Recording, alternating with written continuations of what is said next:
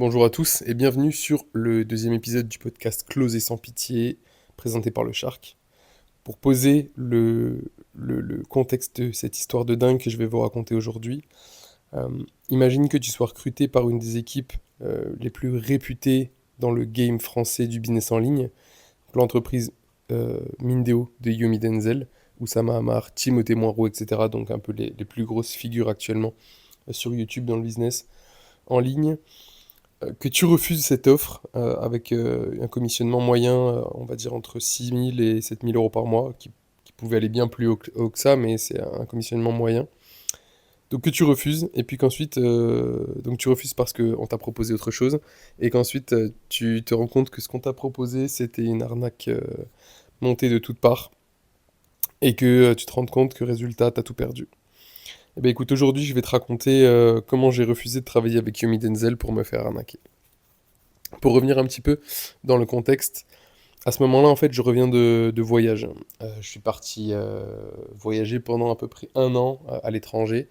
J'ai décidé d'aller visiter un petit peu l'Australie, la Nouvelle-Zélande, la Nouvelle-Calédonie, en gros une bonne partie du Pacifique, et puis ensuite d'aller en Asie avec le Vietnam, le Cambodge, une partie de la Thaïlande, le nord particulièrement, puisque j'avais déjà fait pas mal de fois la Thaïlande. Et en fait, voilà, j'étais déjà closer avant pour plusieurs entreprises. J'avais mis en stand-by toutes mes relations d'affaires. Et à part une relation d'affaires qui était l'entreprise de mon frère pour laquelle je travaillais toujours un petit peu pendant le voyage, tout avait été en stand-by. Et puis les chefs d'entreprise avec lesquels je bossais, au final, on s'était rendu compte qu'on allait mettre fin et puis on allait mettre fin à la relation et puis ils allaient chercher d'autres personnes, puisqu'à ce moment-là, je ne savais pas pour combien de temps j'étais parti. Euh, Ils pouvaient pas attendre éternellement, ils avaient besoin de trouver d'autres closers, d'autres personnes pour faire de la prospection, du call closing, etc. Donc je reviens de voyage. Je crois que c'était un mois de mars, fin mars, quelque chose comme ça. Et puis, je me retrouve avec un petit revenu passif qui tombe hein, suite à des commissions que j'ai avec différentes entreprises avec lesquelles je bossais. Donc un revenu passif qui tombe, mais un revenu passif qui n'est pas exceptionnel et qui nécessite que je trouve rapidement une bonne opportunité pour pouvoir rapidement refaire de l'argent et refaire bah, des bonnes commissions, quoi. Et puis là, j'ai un ami, Taha, qui est dans le business en ligne, à qui je passe le bonjour s'il écoute le podcast. Taha qui vit au Maroc et qui fait du cold calling pour des entreprises, qui fait pas mal de petites choses, qui touche à beaucoup de choses, qui connaît mon niveau en closing et qui m'envoie une annonce de Mindeo, que je ne connais pas à ce moment-là, qui s'avère être l'entreprise de Yomi Denzel, et du coup je fais le rapprochement, qui recherche un top closer pour leur équipe de closers. En fait, Mindeo, c'est une équipe de 7 top closers qui sont triés sur le volet. Et un des closers s'était barré pour une autre entreprise et il recherche activement un top closer pour commencer, je crois, c'est sous un mois, puisqu'il va y avoir une masterclass ou un séminaire, je crois, de Yomi Denzel, avec du coup sa formation dropshipping qui attire, je crois, en un mois plusieurs milliers de prospects. Et il y avait besoin d'un closer en plus. Donc à ce moment-là, bah, ni une ni deux, je passe le premier examen, qui est d'envoyer un CV plus une lettre de motivation. Ils me répondent, ils me demandent une vidéo de moi, dans laquelle je me présente, dans laquelle je donne mes atouts, etc. Suite à cette vidéo de moi, j'ai un premier entretien avec une RH. L'entretien dure une bonne demi-heure, 40 minutes. J'explique mon parcours, j'explique mes taux de conversion, j'explique comment je travaille dans le closing, etc. Le courant passe très bien et à ce moment-là, quand je fais toute cette partie, je suis encore en Thaïlande, hein, je suis à quelques jours de rentrer chez moi. Et elle me donne un entretien final. C'est 2 ou 3 jours après que je suis rentré en France. Elle me donne un entretien final avec elle et le chef de toute l'équipe de closing. Donc un mec qui est dans le closing depuis une bonne dizaine d'années, qui a l'habitude d'embaucher des closers, qui a l'habitude de closer, qui a bossé pour de gros noms d'entreprises françaises et européennes, et qui bosse avec Yumi Denzel depuis maintenant quelques années.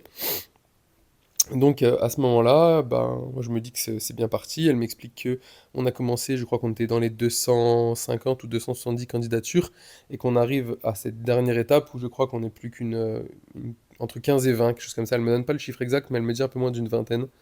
Donc il y a déjà eu beaucoup de candidats qui ont été écrémés. Ce qui ne me choque pas du tout. Le monde du closing en France et de la vente en particulier, c'est un monde qui est quand même relativement bas en termes de niveau, un monde qui est quand même relativement médiocre.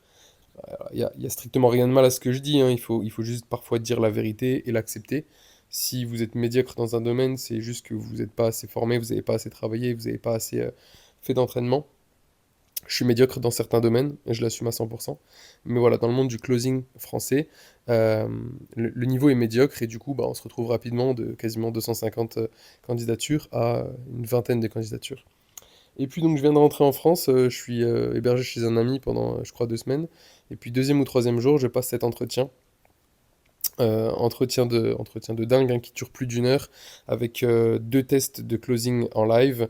Donc le chef de l'équipe de closing qui se fait passer pour un prospect qui voudrait acheter ma formation suite à un séminaire. Et voilà, qui me balance des objections, des objections, des objections, avec la recruteuse qui prend des notes pendant ce temps.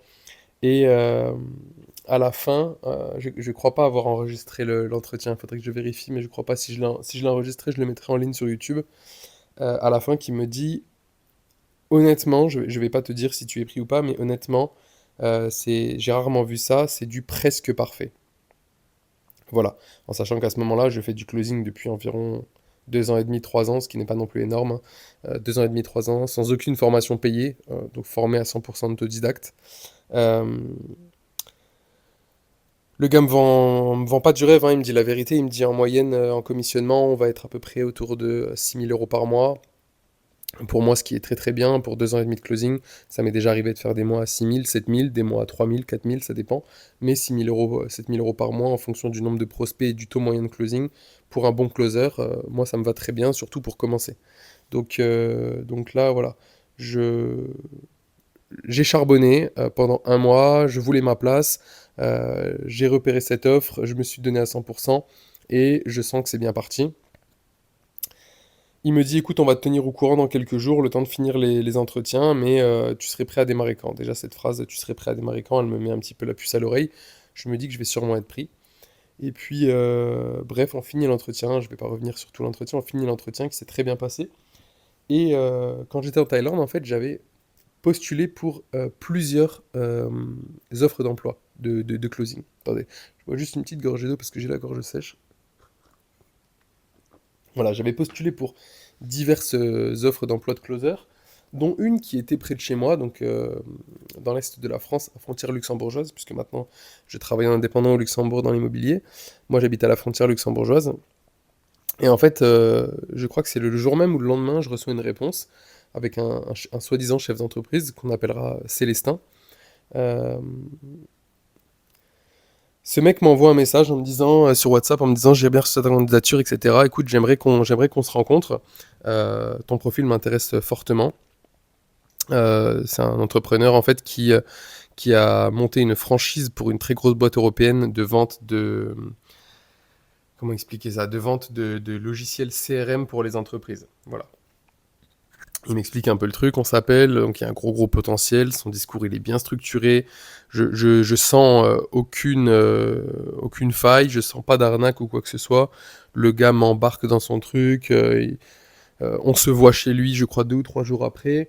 Il m'explique un peu, en fait tout est vraiment ouf en fait, il me fait rêver. Le gars m'explique et il me montre la voiture qu'il vient de se commander, parce qu'il avait je me rappelle de cette anecdote, il avait en fond d'écran une Lamborghini Huracan sur son iPhone, et je lui dis, ouais, je lui demande est-ce que c'est ta voiture, et il me dit non, mais je viens de la commander, je l'ai à la fin du mois, etc. Donc le mec est un très très bon vendeur dans l'âme, il m'explique tout ça, il m'explique que il a besoin de plusieurs vendeurs partout en France pour son entreprise, et que il me voit bien sur un rôle central de chef d'équipe sur le secteur Grand Est, frontière luxembourgeoise, où je pourrais me créer une équipe, etc. Donc il n'y a pas de salaire, c'est à la commission, mais avec le commissionnement, en fait, voilà, j'aurais été facilement sur du... il m'explique que je peux facilement être sur du, allez, 10, 15, 17 000 € par mois, ce qui n'est pas abusé pour certains vendeurs ou certains closers pour des entreprises, hein. C'est vraiment pas des salaires, des salaires ou des commissions qui sont abusés. J'en connais qui le font, hein, sans aucun problème. Et du coup, je me dis, bon, bah voilà, je suis peut-être tombé sur le bon plan. c'est peut-être ma chance, en fait, ça y est, c'est ma chance. Et puis, le gars me vend du rêve, il me reçoit chez lui, dans son appartement, tout a l'air vraiment clean, et le gars est souriant, il est enjoué, il présente bien, chemise, etc. Il me montre le logiciel sur l'ordinateur. En fait, tout est bien fait, tout est bien fait. Il n'y a aucun doute dans ma tête. Pourtant, je suis ancien gendarme, hein, et je reviendrai là-dessus dans une prochaine histoire, peut-être au prochain épisode. Aucun doute dans ma tête. Il me manipule en fait à 100%. Et là, je me dis, bon, bah, ok, bah écoute, je te donne ma réponse demain, je crois. Et le lendemain, je reçois une réponse de Mindeo, un mail, qui me dit, bah écoute, tu as été sélectionné. On a fini en 2-3 jours différents entretiens qui nous restaient. On a décidé de te prendre. T'es pour nous celui qui a le meilleur niveau, on a décidé de te prendre. Est-ce que tu peux commencer, je sais pas, 10-15 jours après, il y a le séminaire qui arrive, il faut vraiment que tu puisses prendre une dizaine de prospects par jour, 5 à 6 jours par semaine pendant un mois. Tu vas avoir dès le début une grosse commission, parce que après un séminaire en général ça vend énormément. Et moi du coup à ce moment-là, je sais pas ce qui se passe dans ma tête, je leur dis non en fait. Je leur dis non tout simplement. Et j'appelle Célestin, l'autre chef d'entreprise, et je lui dis, bon bah écoute, j'accepte de bosser avec toi. Quand est-ce qu'on commence, etc. Donc à ce moment-là, je refuse de bosser avec Yomi Denzel, qui est la chance d'une vie, je pense, pour beaucoup de monde. Je rejoins ce nouveau projet, hein, parce que le mec venait de créer son entreprise il y a à peu près 4-5 mois, et cherchait à développer son équipe. Et on commence à bosser ensemble. On commence à bosser ensemble, et, euh, et en fait, au début, ça va, hein, tout va bien. Le mec me transfère deux, trois contacts qu'il a en Lorraine, au Luxembourg, etc., des chefs d'entreprise à contacter. Je les contacte. Voilà, les relations d'affaires commencent à se faire. Et puis, petit à petit, en fait, je sens qu'il y a. Je suis mis en relation avec d'autres commerciaux, et puis je vois qu'il y a des choses qui me font un peu tilter. Des commerciaux qui étaient, par exemple, dans le bâtiment un mois avant, des commerciaux qui ont 65 ans, 70 ans, qui sont à la retraite. Et là, je me dis un petit peu, ça commence à tilter dans ma tête. Je me dis, ouais, c'est quoi cette équipe? C'est quoi cette équipe un petit peu branlante? Euh, Normalement, pour ce genre de jeunes entreprises, tu recrutes des loups, des mecs qui ont la dalle, pas des mecs qui ont surtout un gros niveau dans la vente, pas des mecs qui c'est du bâtiment, du carrelage 3 mois avant, ou des mecs qui sont en fin de carrière complètement essoufflés et qui ont encore besoin de travailler parce qu'ils n'ont pas une assez bonne retraite. Si tu es un bon vendeur, t'as pas besoin de travailler à 65 ans. Normalement, tu es un bon vendeur, que tu as fait assez d'argent et que tu l'as investi, tu es tranquille bien avant. Donc ça commence à me faire un peu tilter. Et puis petit à petit, en fait, il y a des choses qui vont pas. En fait, il me promet. Moi, je faisais à ce moment-là plus de cold calling, donc plus de prospection. Et je lui dis, écoute, moi, je ne ferai pas de prospection. Tu me mets à disposition un fichier client que je vais exploiter, mais je ne ferai pas d'appel. Ou alors, il m'explique qu'il a vraiment une équipe de setters, donc qui appellent des entreprises qui prennent des rendez-vous, et que je vais recevoir des rendez-vous. Je lui dis, moi, j'ai pas le temps de faire des appels pour toi, de gérer ça. En fait, non, moi, il faut que j'ai des rendez-vous chauds qui arrivent.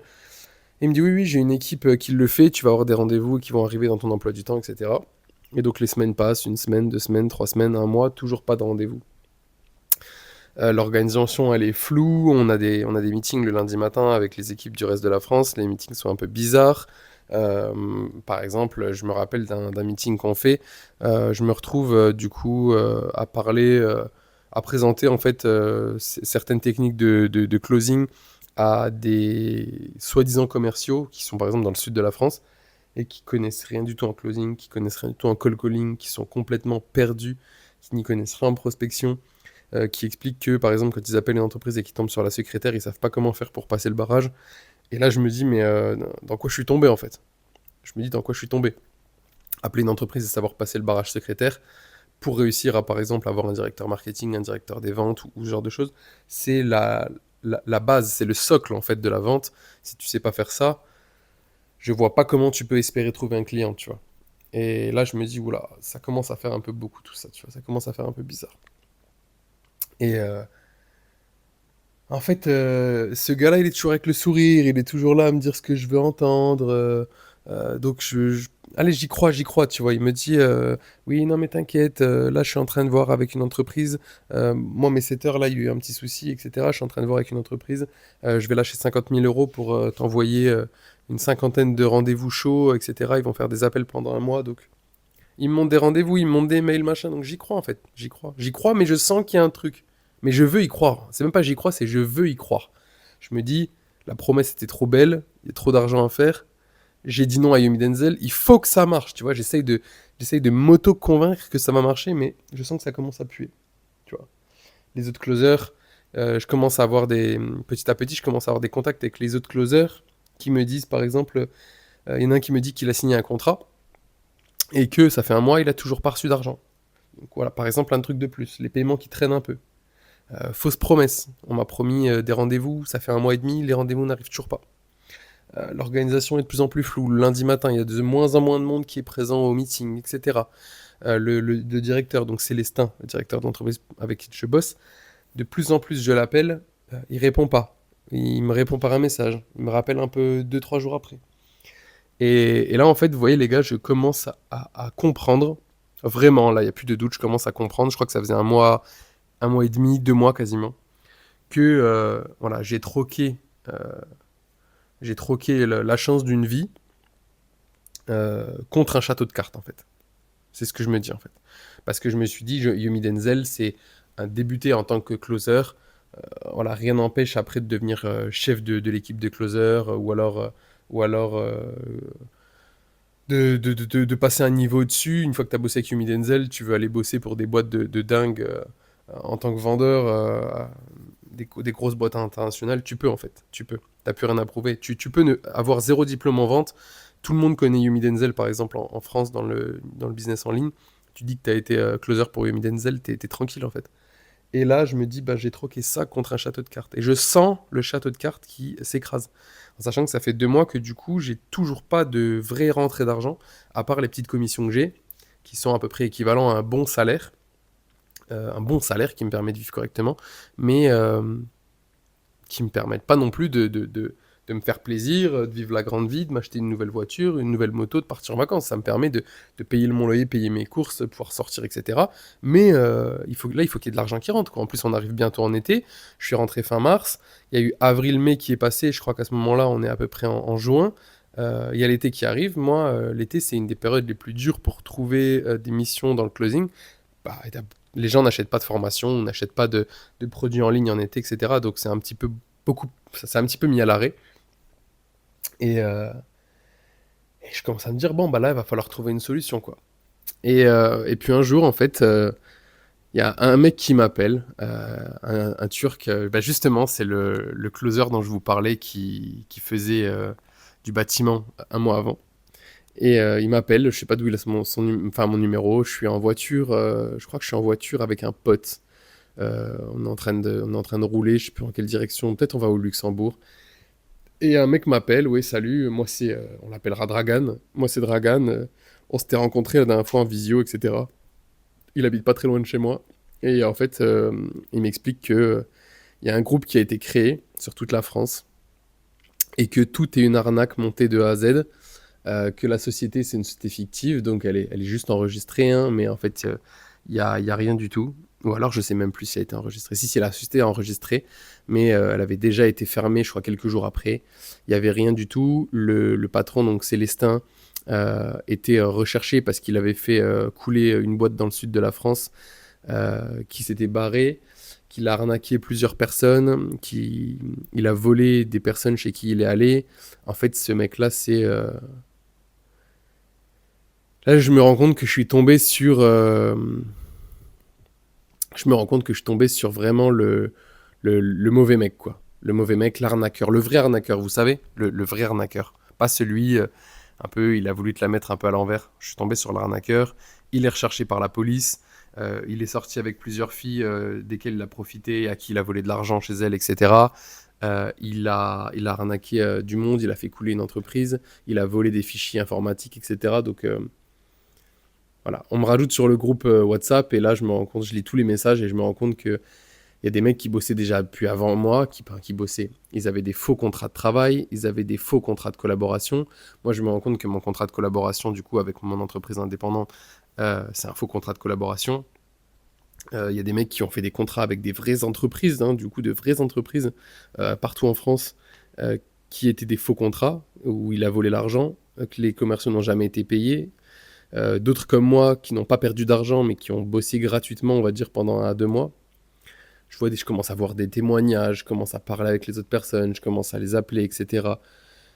Et là, je fais le lien, tout s'embrique dans ma tête, le château de cartes qui s'écroule. Et voilà, en fait, là, je me rends compte que Célestin m'a baisé, en fait, complètement, de A à Z. Euh, Là, c'était pas une erreur. En gros, là, on est plus sur une erreur de casting. On est vraiment sur une fraude bien rodée. Hein, c'était pas la première qui faisait. Et je me dis, voilà, je me suis fait arnaquer. Comme il y a des personnes qui se font arnaquer dans leur vie, qui payent un véhicule qu'ils n'auront jamais, ou qui achètent une maison à une entreprise qui fait faillite et qui perdent 300 000 euros. Bon, moi, j'ai pas perdu d'argent, mais j'ai perdu 2 mois de ma vie où j'aurais pu gagner des sommes avec un autre entrepreneur. Et, euh, et voilà. Là, dans ma tête, je commence à me dire, je commence à me faire dans ma tête, c'est un coup dur quand même à ce moment-là, hein, c'est un coup dur. Hein. C'est pas d'un point de vue tant financier, puisque d'un point de vue financier, je m'en sors, mais c'est plus un coup dur d'un point de vue de l'ego, d'un point de vue moral, où je me dis, mais attends, t'as été gendarme pendant 7 ans, t'es un top closer, un top vendeur, t'as je sais pas combien d'entreprises qui veulent tes services, et tu te fais arnaquer par un mec. Et il a fallu du temps, ça n'a pas duré 6 mois non plus, hein, mais il a fallu quand même quelques semaines pour me remettre un peu de ça et me dire, bah voilà, ça arrive à tout le monde. T'as des mecs, leur métier, c'est d'arnaquer les autres. T'en as, leur métier, c'est de savoir vendre. T'en as, comme mon frère, c'est de savoir faire des superbes vidéos pour les entreprises. T'en as, comme un pote à moi, c'est de créer des plats de dingue dans des restos gastronomiques pour des clients. Et ben lui, son métier, c'était d'arnaquer les gens euh, avec un tel niveau que tu pouvais te faire tomber dans le panneau quasiment n'importe qui.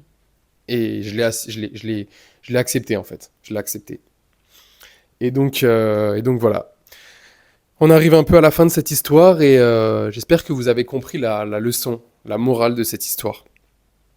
En fait, là pour moi, la morale de cette histoire, ça a été de choisir plus gros, de vouloir vraiment choisir plus gros. La promesse, l'argent, le plus, plus, plus, plus, plus, en fait. Euh, Et du coup, la morale de ce truc-là, d'avoir voulu choisir plus, c'est bah, dans la vie, il y a des étapes à passer en fait. Il y a des étapes. Faut y aller par palier. En fait, les gars, par exemple, quand on veut monter un escalier, on fait pas un saut en arrivant au haut de l'escalier, on monte marche après marche. Euh, Quand on veut gravir les échelons dans une entreprise en tant que salarié, on n'arrive pas comme coursier et on finit pas directeur au bout d'un an. On arrive à un poste, on évolue, on passe manager, on passe responsable. Par exemple, je parle d'un vendeur. Il va passer commercial, puis manager des ventes, puis directeur commercial, puis associé, puis peut-être un jour directeur de l'entreprise. Mais il y a des étapes à passer et ça, je l'avais pas compris. Ça, je l'avais pas compris. Voilà. J'ai été attiré par tout ce qui brillait en fait, par tout ce qui brillait. La Lambo qu'il avait, enfin qu'il avait commandé soi-disant, les commissions qu'il m'avait montré, il y avait un bon commissionnement de 20% récurrent sur les ventes et donc ça me faisait quand même des grosses commissions mensuelles et tout ça m'a fait rêver au lieu, et surtout, j'avais moins à travailler qu'en bossant en tant que closer chez Yomi Denzel, parce qu'un closer chez Yomi Denzel, il fait certes 6 000 € par mois à peu près, mais c'est, allez, on va dire, 7 à 8 appels de closing par jour. Un appel de closing, c'est entre 30 et 40 minutes minimum. Ça fait quand même des sacrées journées. Ça fait quand même des sacrées journées. Après, voilà, il y a des closers qui gagnent 10 000 à 12 000 € par mois, mais là, je me disais, je peux gagner plus en travaillant moins puisque c'était un logiciel qu'on vendait à des entreprises en fonction du nombre d'employés qu'avait l'entreprise. Par exemple, tu vendais le logiciel à une entreprise qui avait 100 employés, le logiciel coûtait, je sais pas moi, 50 € par personne, fois 100, tu fais le calcul, je prenais une commission là-dessus. Si j'arrivais à trouver une entreprise où il y avait 200 employés, ma commission était plus grosse. Et c'était des commissions récurrentes, donc qui tombaient tous les mois. Enfin, c'est ce que je pensais. Et du coup, bah voilà, j'ai vu rouge quand on m'a montré les gains potentiels. Et en fait, c'était un château de cartes, tout s'est écroulé. Et la leçon de cette histoire, c'est quelque chose que j'applique maintenant. Les gars, allez-y par palier, allez-y doucement, faites les choses petit à petit. On passe pas d'une Clio à une Lambo, on passe d'une Clio à une 308, à une 308 à, euh, à une Merco à une petite Porsche, et une Porsche à une Lambo un jour. En tout cas, ça c'est ma philosophie. Et c'est la fin de cet épisode. J'espère sincèrement que vous avez kiffé cette histoire de dingue avec Célestin, Yomi, moi, le château de cartes. C'était une histoire que je tenais à vous partager pour que vous puissiez vous imprégner de mon personnage, puisqu'on est sur les débuts de ce podcast qui va, je pense, durer un bon moment et vous apporter énormément de choses. Mais c'est bien de connaître les personnes qu'on écoute et je pense que c'était important que vous connaissiez cette histoire pour voir que je ne suis pas, contrairement à ce qu'on vous fait voir partout sur YouTube, etc., un surhomme qui gagne 50 000 euros par mois sans rien branler en restant sur son ordinateur 2 heures par jour. Je suis pas un surhomme, j'ai fait des erreurs, j'ai appris, je me suis relevé, je me suis pris des baffes dans la gueule. Je pense que le prochain épisode, je vais vous raconter comment je suis devenu closer pendant que j'étais gendarme, que j'allais patrouiller de 1 heure jusqu'à 7 heures du matin, que je rentrais dormir 2-3 heures et que je me levais pour faire des appels de vente et des rendez-vous en visio avec des clients pour signer des contrats, ce qui a été une période de ma vie ultra éprouvante, mais où j'ai énormément appris. Donc peut-être que le prochain épisode, je vous raconterai ça. En tout cas, voilà. Euh, Si vous avez appris quelque chose, si vous avez appris une leçon, si vous avez appris un petit peu sur l'état d'esprit qu'il vous faut avoir dans le business par rapport à ça, je parle bien par rapport à ça, sur le fait de savoir euh, y aller petit à petit, ou si vous pensez que ça pourra apprendre quelque chose à une personne que vous connaissez qui est dans le business ou qui a son entreprise ou qui est freelance, ou même qui est salarié et qui a envie de grimper les échelons de son entreprise mais qui veut toujours aller plus vite que la musique, eh ben envoyez-lui. Euh, abonnez-vous, abonnez-vous, likez, mettez un commentaire si vous avez envie d'en savoir plus ou si vous avez envie que je vous fasse une vidéo sur enfin une vidéo ou un podcast sur, parce que je peux faire des vidéos également, il n'y a pas de souci là-dessus. Si vous avez envie que je vous fasse une vidéo sur YouTube ou un podcast sur Spotify sur un sujet précis, sur la vente ou l'entrepreneuriat. Et voilà, je vous remercie pour votre écoute. C'était le Shark et je vous dis à très bientôt. Ciao, ciao.